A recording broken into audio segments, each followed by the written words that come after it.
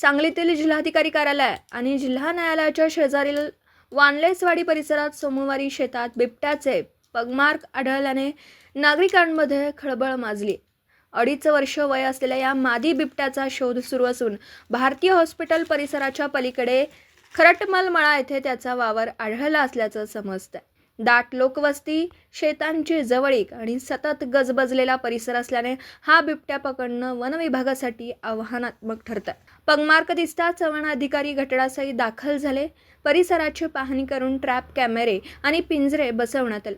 कॅमेऱ्यात बिबट्याच्या हालचाली टिपल्या गेल्याची अधिकृत माहिती वन विभागाने दिली आहे. सुदैवाने कोणताही हल्ला किंवा नुकसान झालेली घटना समोर आलेली नाही.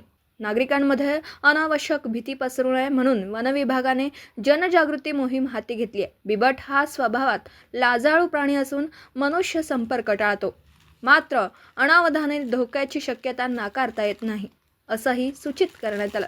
परिसरातील नागरिक व शेतकऱ्यांनी अफवांवर विश्वास ठेवू नये आणि कोणतीही हालचाल, पगमार्क किंवा संशयास्पद गोष्ट दिसल्यास तात्काळ वन विभागाशी संपर्क साधावा, असं आवाहन करण्यात आलं.